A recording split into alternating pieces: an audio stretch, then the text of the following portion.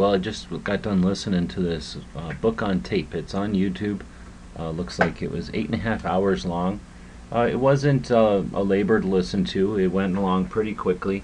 It's written by Philip K. Dick, and I guess it's science fiction. It's more like an alternative history of the United States after World War II, as if the Nazis had won the war and the Japanese had taken pretty much the United States from the coast to the Continental Divide, and then the Nazis took the rest of the continent, I think, and then they sort of went into space. So it is a little bit of science fiction, but the Nazis come in and they don't go too crazy, but they definitely are fascists, and they basically turn the country into an efficient way to mine resources that they then funnel into their space program and then get up into space and start exploring.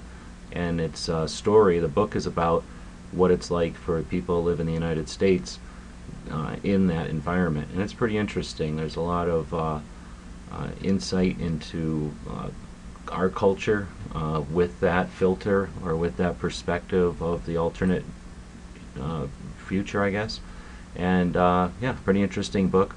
I had watched the first season, or most of the first season of the show that's on currently, and I wasn't a big fan of it. I was expecting it to be more science fiction.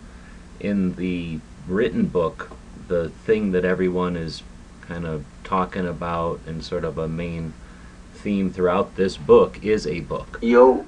And in the movie or the TV show, it's instead of the book, it's a video, a film strip. So the book is pretty interesting, and because the book was so interesting, I'm going to go back and watch the show again. So I'm going to give this one, I guess, a thumb up. It is curious, it's interesting. It's a little bit difficult because there's so much Nazi stuff in it.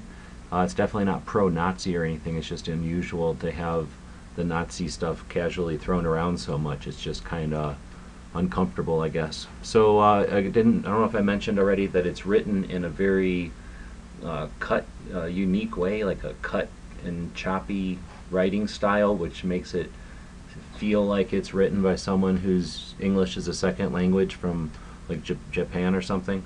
So it's kind of an interesting thing to listen to on audio tape. I would imagine it'd be interesting to read as well.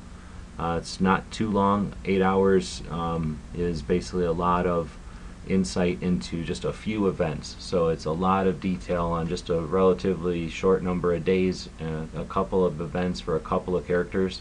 So it's not a real widespread storyline or anything. But again, it's worth listening to, and I'll link to it in the description here. I'll put a link if you want to get it on Amazon or something. And as always, thanks for watching. What's going on, man? Yo, what up,